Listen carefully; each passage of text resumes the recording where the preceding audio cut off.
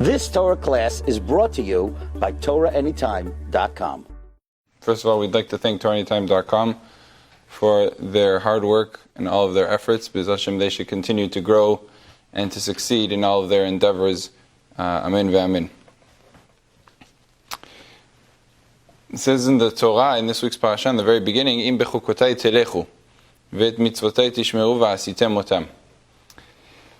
Im Bechukotai telechu means we go in the ways of God. If we follow the ways of HaKadosh Baruch Hu, then HaKadosh Baruch Hu will provide us with beracha. He will provide us with all of our needs. He will take care of the land. He will take care of the produce. He'll make sure there will be peace in the land. A plentiful amount of brachot, not just in Olam Haba terms, but also in terms of Olam Hazeh. And Rashi says, what does it mean? So how do we get there? What are we supposed to do to get all these wonderful brachot? So Torah says, Bechukotai telech, which means you got to follow the laws of the Torah. But what specifically is the recipe? Rashi says, Im tiyu amelim b'Torah. If we analyze the Torah in depth, we don't do it superficially. We make sure that we're focused, we're zeroed in, we're sitting and learning Torah. That is what brings Am Yisrael to the ultimate bracha, not only in Olam Haba, but also in Olam Hazeh. That is how Rashi explains it based on the Midrashim, based on the Torah Shebe'al Peh.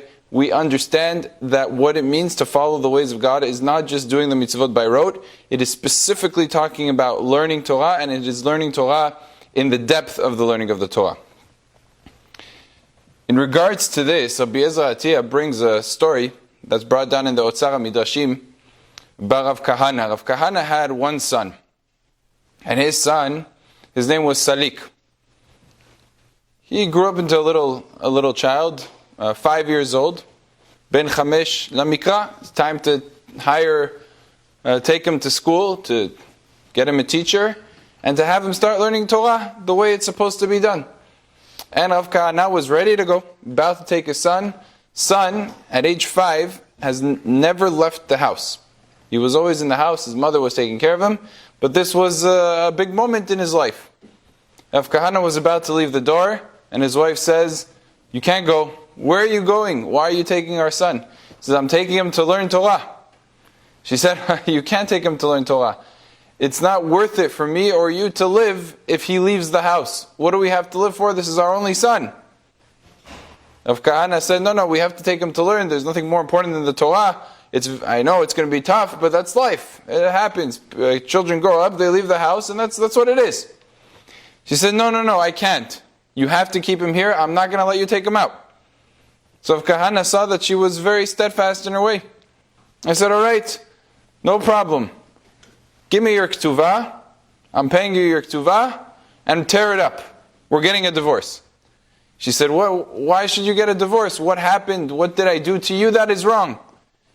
Torah says, Ki matzah ba ervat davar. There has to be some sort of blemish in order to get a divorce. He said, there's no greater blemish than you not allowing our son to learn Torah, which is the essence of life. So she said, no, let's do a compromise. You want the son to learn Torah, I understand. Torah is obviously very important. I don't want the son to leave the house. So you know what? Go yourself to the marketplace. Find yourself a Rav that you find favorable in your eyes, a Talmid Chacham. Pay him to come here and teach our son Torah. Kahana said, you know what? Not a bad idea. I'll do that. Fine. We got a deal. Rav Kahana goes out to the marketplace. He's looking around. He sees an individual who the Midrash identifies as Rabbi Eliezer Ze'ira, which means Rabbi Eliezer HaKatan, the small Rabbi Eliezer, which is a language of humility. Like we find Shmuel HaKatan, who was no Katan. He was a very great man. So Rabbi Eliezer Ze'ira was not a simple individual. The Gemara in Masechet Baba Kama tells us about Rabbi Eliezer Ze'ira that one time, Chachamim, they didn't know who he was. But they saw that he was wearing black shoes. So they thought it was very strange. Nobody was wearing black shoes at that time. They asked him, why are you wearing black shoes? He said, because of the destruction of Beit HaMikdash. I'm in mourning. So they said, are you considering yourself important enough to be mourning to this extent over the destruction of Beit HaMikdash? Who permits you to do such a thing? That's ga'ava, that's arrogance. In front of great rabbis, you're the one that's going to be mourning Beit HaMikdash? Like you care so much about it compared to all these other rabbis? So Rabbi Eliezer said, but I'm not a simple person. I'm mourning Beit HaMikdash because I'm being consistent. It's not something unusual for people that are Yirei Shamayim to do something like that. So they said, you know what, we're going to take you, we're going to hold you in a cell. They locked him up until they could find the Chachamim. So he said to them, wait, you don't need to do this. Just test me, and we'll see if I know Torah. Either I ask you a question, you ask me a question. They said, you know what? Good idea. How about you ask us a question? So this is fine. Asks them a question. He says, what's the price you have to pay if someone goes ahead and eats dates that haven't ripened yet? Very small. How much does he owe the owner? So they said, well, the price of dates. Well, that's not fair. He didn't eat dates. He ate little pieces when he was still young. How come you're going ahead and charging him for a full date? So they said, fine, so the price of that. But it says it's going to grow. It's going to be a date. So they said, so you tell us. He says, you have to evaluate it, how much it would be sold if it was attached to the land and it were to continue to grow. Meaning not the full value, but not the amount that you ate, somewhere in between. Gemara says, who says you're right? He says, no problem. You want to ask the Chachamim. Shmuel is still around, ask Shmuel. They asked Shmuel, Shmuel said that is a correct ruling. And then they realized that this person wasn't a simple person, he was a Talmid Chacham, and they let him go. So this is Rabbi Eliezer Zeira. Rav Kahana sees him in the marketplace. Rav Kahana notices that he's an important person. He's not a simple individual. He says to him, are you married? Do you have children? He said, I am. My wife is the Torah, and my children are my mitzvot. Rav Kahana said, this is pretty impressive. Let's go for him. He told them, listen, I have a proposition for you. But these are the terms of the deal. I want you to teach my son. But I want you to teach him for 25 years without leaving the house. Everything will be taken care of. Your laundry, your food, your residing, everything is going to be taken care of. But you have to be there for 25 years. If you're there, 25 years minus 1 month, you don't get paid a penny. You complete the job, I'll give you 1,000 zuvim, 1,000 coins, which is a large sum of money. If I cancel on you after a month, you get your full amount. Full amount. We have a deal. Because he wanted Rabbi Eliezer to be committed. He didn't want half-half. He wanted a full commitment from Rabbi Eliezer so that he's totally invested in his son. Rabbi Eliezer said, fine, I agree. Sure enough, Rabbi Eliezer starts teaching the young child, who's, again, his name was Salik. The Gemara says that he was learning, and very effectively, very well. 25 years passed, Salik, 30 years old. Rabbi Eliezer Zeira goes over to Rav Kahana and says, I've completed teaching your child. Your child did not leave the house, once even, for those 25 years. And I did my job. I taught him the entirety of the Torah that I have to teach him. Now it's time for him to go out on his own. So indeed, Rav Kahana paid him the amount. There's a whole machloket in the Rishonim. The Rishonim have a discussion, how could he go ahead and accept money for teaching? And this seems to be like a precedent that we do find that he accepted money for teaching Torah. Either way, Rabbi Eliezer goes along on his way, and Salik is his first day he's leaving the house. First day outside the house, finally, graduation and everything. He goes out to the marketplace. And he spends some time there. He sees what people are doing. Half a day goes by. He's hungry, he's thirsty already. He wants to go ahead and drink. He finds a person who was selling rose water. Very good tasting water. So he signaled to him, he said, hey, give me a cup. So the person said, no problem, I'll give you a cup, but first give me the money. He says, money? I don't have a penny to my name. What money am I going to give him? He says, but I'm a Talmid Chacham. He said, that's nice that you're a Talmid Chacham, but that's not going to pay the expenses. It's not going to pay the bills. He says, but you know who my father is. My father is the great Rav Kahana. Okay, wonderful. That doesn't mean I can give you a free cup. He said, but what about all the Torah I know? He says, that's a beautiful thing. You were created to go ahead and to learn Torah, and you do your job. I was created to earn a parnasah for my family, and I have to do my job. So I'm sorry, my friend. If you don't got the money, I'm not giving you the water. Salik hears this, and he's frustrated. What is this? First day? I had spent my last 25 years investing in Torah. And he's upset. He runs back home. He complains to his father. He's very angry. Takes his clothing, throws it off. He says, Abba, I'm leaving all this. I don't want any of this. All the 25 years is not even worth 1 cup of water. It wasn't even worth. So his father, as a normal father, would react very angrily. Be like, what are you talking about? I invested in you. I did all this for you. And now you're talking about the Torah and you're talking about HaKadosh Baruch Hu in such ways. But that's not what Rav Kahana did. Rav Kahana was an excellent parent. He went along. He said, yeah, okay, no problem. You want to do another job? You want to go out into the workforce? I have no issue. Go into the closet. In the closet, there's a chest. And in there's a small little box. Bring it to me. So his son goes, gets what his father asked him to do. Father takes the box and opens it up. And inside there was a precious gem. Worth a lot of money. Turns it over to his son. He says, look, here's your first investment. Go out to the marketplace. Offer it to people. See the prices that you get. Sell it, and you have your first investment. Sounds like a pretty good father after all that. So, Sadiq says, thank you, Abba, I'm going. And he leaves. First place he goes to, he takes it to the shoe store. He says, listen, my friends, I have this diamond. What do you guys think about it? How much do you want to pay for it? Oh, they look at it. They don't know anything about diamonds, but, it looks nice. I'll give you $100 for the diamond. It looks like it's worth it. He says, oh, interesting. Okay. Takes it, covers it up again, wraps it up, puts it in his pocket, and he says, I'll move on. Not interested. He goes to a different store. The store of the leather, where they make leather. And he asks them, how much are you willing to offer? And over there was someone who was friends with people that were in the diamond industry. He knew a thing or two about it. He says, wow, this looks like a very important, precious thing. I'll give you $500 for it. He says, you know what, that's a nice offer. It's better than the first guy, but not interested. Third store he goes to was a jeweler. He was an expert jeweler. And he says to him, look, I have a diamond to sell. The jeweler looks at it again, takes off his glasses, takes the loupe, and looks at it very carefully, and he's stunned. It's worth hundreds of thousands of dollars, if not millions. He says, I'm going to give you $1 million for this. This is valuable. This is unbelievable. I've never seen anything like this. He says, you know what? I'll take it. I'm taking the offer. You got it, $1 million, sold. He sells it to him.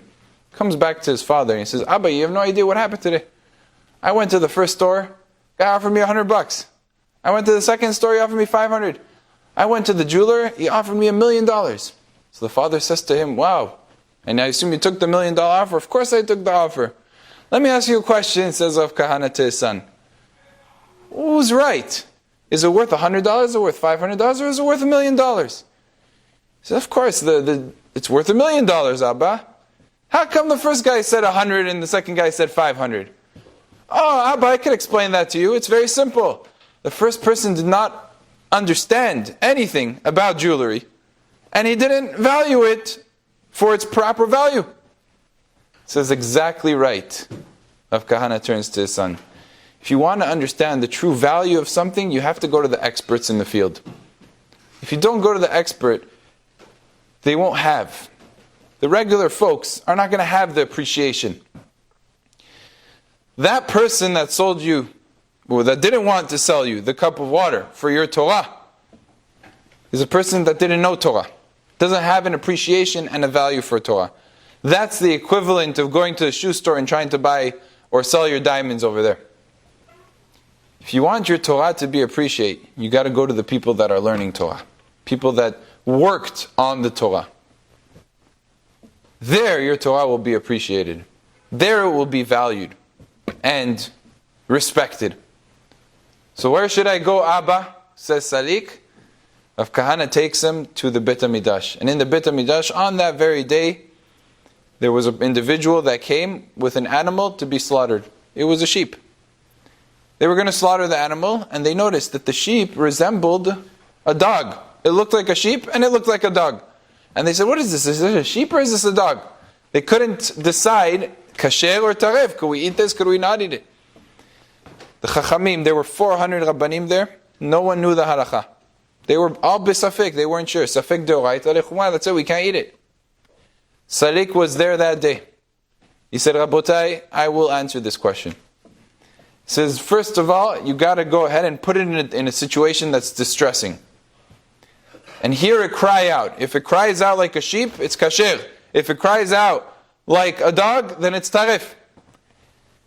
And they said, turn to the owner of the animal. He says, well, let me tell you what, it's actually very interesting. One day it calls out like a sheep, the next day it calls out like a dog.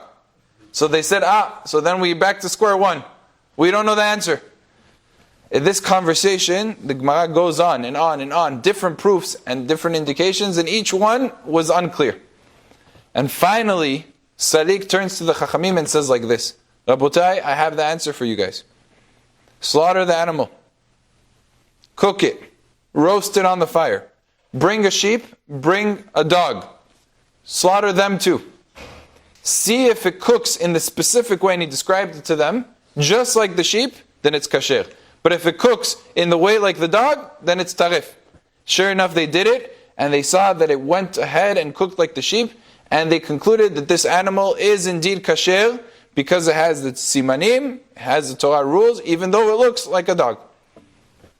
And then the Chachamim took Salik, lifted him up, kissed him, and he said, how great is the Torah that you have.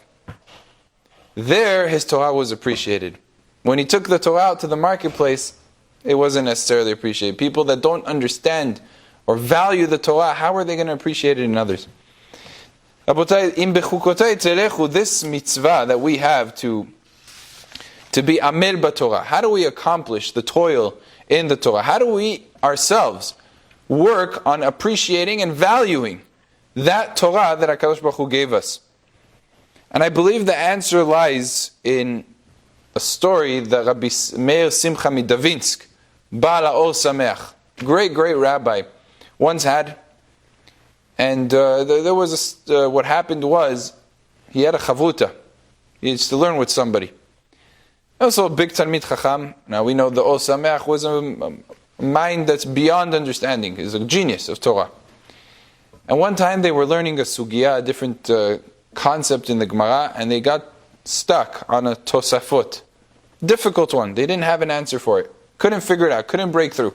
It was mamash a brick wall. So after working very hard to try to figure it out, they weren't able to. The Or Sameach turns to his chavuta and says, if you're not able to figure out the Tosafot, what we do is we're going to close the Gemara and we're going to pray to HaKadosh Baruch Hu. That's what you have to do. If you're not able to figure it out, you have to pray to HaKadosh Baruch Hu to help you. He says, okay, great. But wait a second. Before you start praying, you have to know what you're praying for. Pray that HaKadosh Baruch Hu instill in our hearts the love of Torah. He didn't ask any questions. He prayed exactly what the Or Sameach told him to do. He did. And they prayed together, came back a half hour later, sat down to learn the Tosafot, and boom, the door opened for them. They were able to figure out the concept behind the Tosafot. After the Seder was over, the Chavuta turns to the Baal HaOr Sameach and he asks him, look, I understand why we prayed. That makes perfect sense to me. The tefillah is answered. But why were you very specific to pray for the love of the Torah? Why? So the Or Sameach told him like this. I'll explain.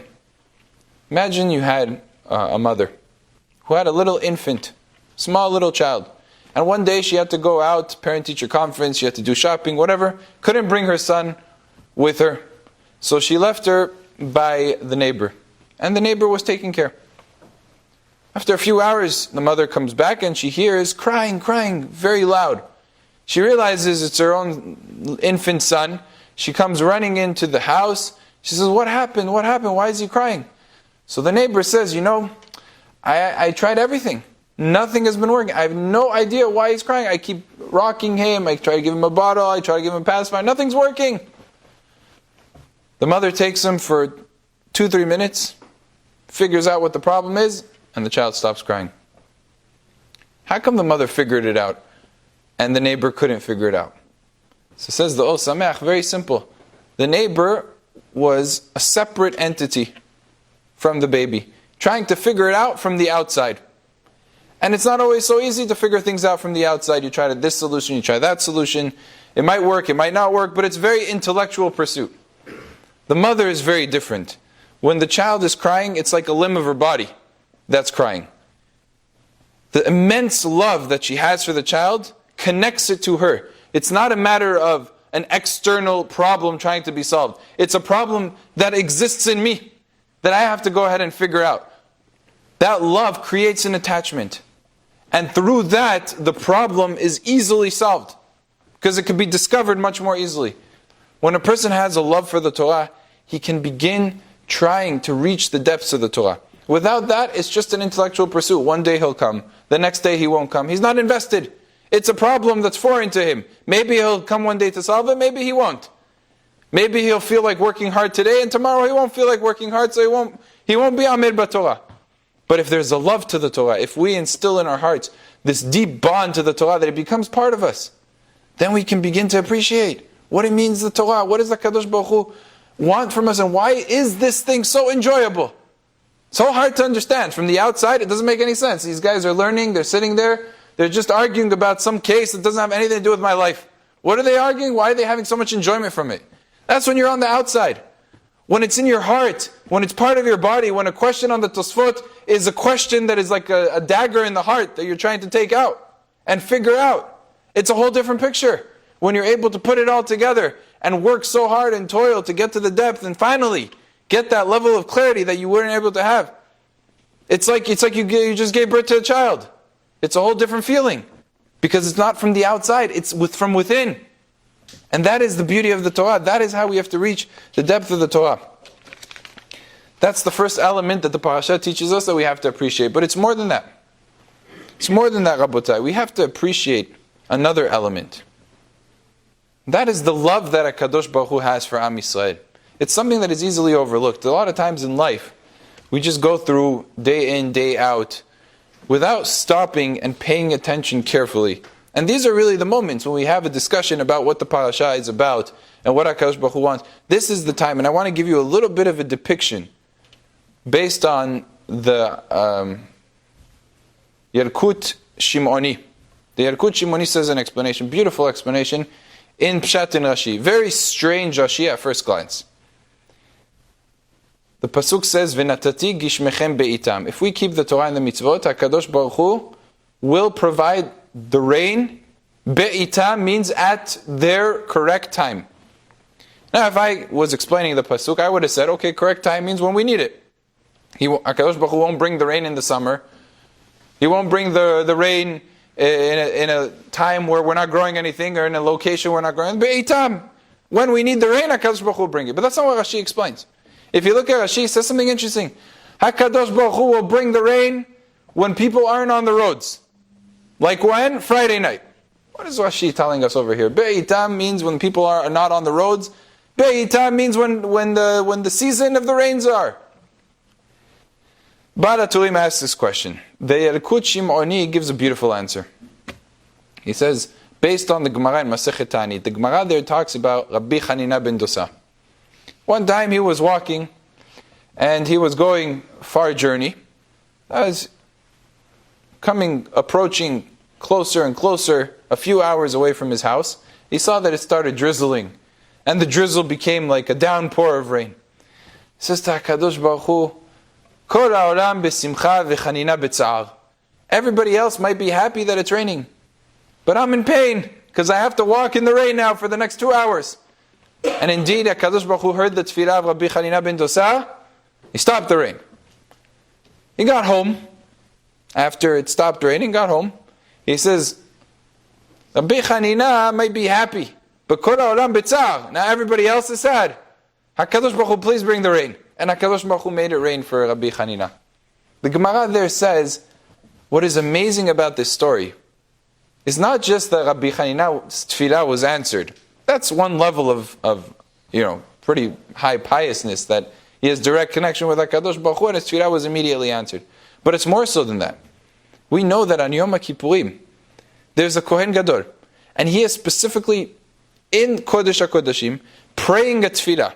And that tefillah is a very short tefillah. It's less than 30 seconds. Very short. And what does it say in that tefillah?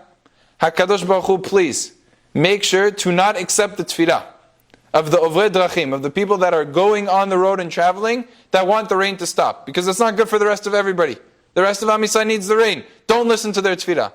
Here you have the holiest man, on the holiest day, in the holiest place, praying to HaKadosh Baruch Hu after bringing the avodah, the holiest work that could be done in Beit HaMikdash, to HaKadosh Baruch Hu. And he comes to HaKadosh Baruch Hu, you know, I have a simple request. Please, HaKadosh Baruch Hu, don't listen to the tefillah of those individuals. And I'm sure HaKadosh Baruch Hu on Yom HaKippurim is ready to hear the tefillah. I accept the tefillah of the Kohen Gadol. On such a day, at such a time, in such a place, of course. Comes along Rabbi Hanina ben Dosa and shatters the whole thing. His tefillah, HaKadosh Baruch Hu, please listen to me, even against the wishes of the Kohen Gadol, doesn't matter. Rabbi Hanina ben Dosa overrides that. That's what the Gemara says. Now, Rabotai, we would have said that's Rabbi Hanina ben Dosa. Comes along the Yalkut Shimoni and tells us a wonderful chidush. He says, you know what Rashi was bothered by?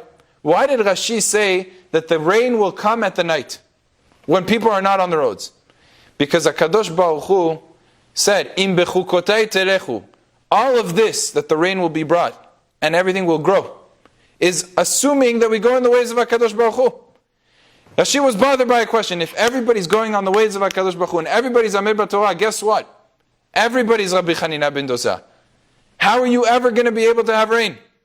Because this guy's going to be walking one day and he's going to ask HaKadosh Baruch Hu, and HaKadosh Baruch Hu is going to listen to him.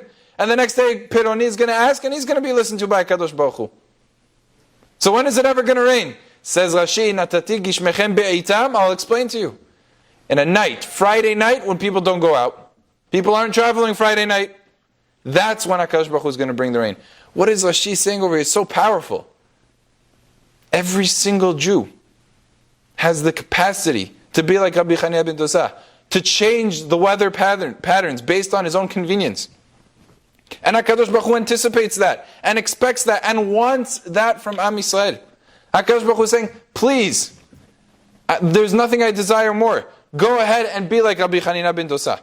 It's the greatest thing you could be. And that is something that shows us how much HaKadosh Baruch Hu loves every individual Jew. Bring yourself towards me and I will be there for you 100% of the time. 100% of the time. And that is something that we have to appreciate as well. The love that HaKadosh Baruch Hu has for all of us. There's another element of love that we have to have ben adam lachavero, between man and his friend. What example of this?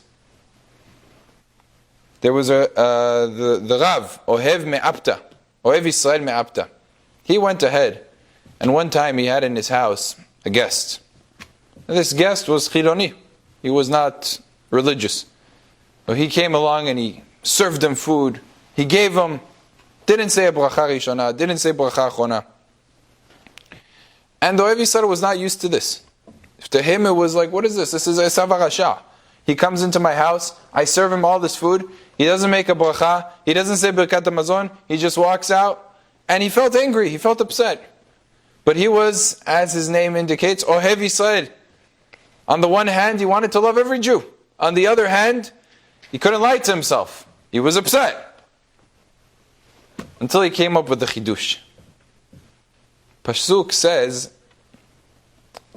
by Yehuda, Ad ki yavo Shilo, lo yasur shevet miYehuda, ad ki yavo Shilo, until the coming of Shilo. What is Shilo? That is Mashiach. When Mashiach comes, Mashiach will arrive. Mashiach ben David is from Shevet Yehuda. The Gemara explains what does it mean Shilo? Shai lo. Shai means a present. That when Mashiach will arrive, all the nations of the world will give him a present. Now what do you think the present will be? It's going to be gold, it's going to be silver, Rolls Royce. What are they going to get him that's important to Mashiach? Says the Ohev Yisrael, you know what they're going to get him? They're going to get him the Bnei Yisrael, the Jews that are amongst the Goyim. Many Jews don't live in Eretz Yisrael as we ourselves live in Chutz La'aretz. They'll bring him the Jews. But the question is, why would the Goyim need to bring the Jews? The Jews will bring themselves. Mashiach is coming. If everybody hears Mashiach is coming, who's not going to run? Says the Ohev Yisrael, not everybody's going to run to Mashiach. Mashiach is going to be able, the Midrash says, to detect the averot of the person. He's going to be able to smell it and realize exactly which person is the tzaddik and which is the rasha, which one is a faker, which one's real. And that's going to be embarrassing for some people that didn't conduct themselves in ways that were based on the Torah mitzvot, and they're going to refrain for coming to see Mashiach because of embarrassment. That's averot. The goyim are going to take those Jews and say, hey, your Mashiach is here, go to your Mashiach, and they're going to force them to go. They're going to bring those Jews as presents to Mashiach. And guess what? The Torah calls it Shiloh. Shiloh, a gift. Mashiach is going to accept them with open arms. Shalom Habibi, how you doing? With their averot, he's still going to love them. So if it's good enough for Mashiach, it's good enough for me too. That's Ohev Yisrael, person who loves every single Jew. Yes, some people are not tzaddikim. Some people do evil things and might have their consequences. Sometimes it's our responsibility to make sure that there are consequences, whether it is rebuking or taking measures to make sure evil is uprooted. But at the same time, there always has to be love. There always has to be that understanding. I am the son of Avraham, Yitzchak, Yaakov, and he is the son of Avraham, Yitzchak, Yaakov. At the end of the day, we're brothers. Ohev Yisrael, to appreciate the value of every single Jew and the contributions of Am Yisrael as members of the sons of Avraham, Yitzchak, Yaakov. And the final level of appreciation is written in the end of the parasha. It's an amazing point. It says, Ve'ish ki yakdish et beto, kodesh la'Hashem. A person who sanctifies his home for Hashem, for God. Sanctifies his home. Now generally that is referring to the context of Pasuk, is talking about the value of the home, donating it to Beit HaMikdash. But the commentaries say another level of chidush. A person has to make his home holy. It's not good enough that outside he looks holy. He comes to Beit HaKnesset, he seems to be very holy. He doesn't talk in Beit HaKnesset. But when he goes home, he screams at everybody.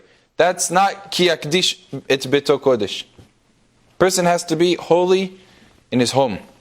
Part of that is understanding and appreciating the kiddusha that exists within the house. As the Gemara tells us, Ish ve'isha zachu shchina benehem. A man and a woman that get married, and they are with a harmonious marriage based on the Torah mitzvot, God is with them. God is with them. There was a Gdol Ador that lived in Yerushalayim. One of the Gdolei Ador. And an individual was going through Yerushalayim, through the different alleyways. And he saw, oh look, it's Gdol Ador Peroni.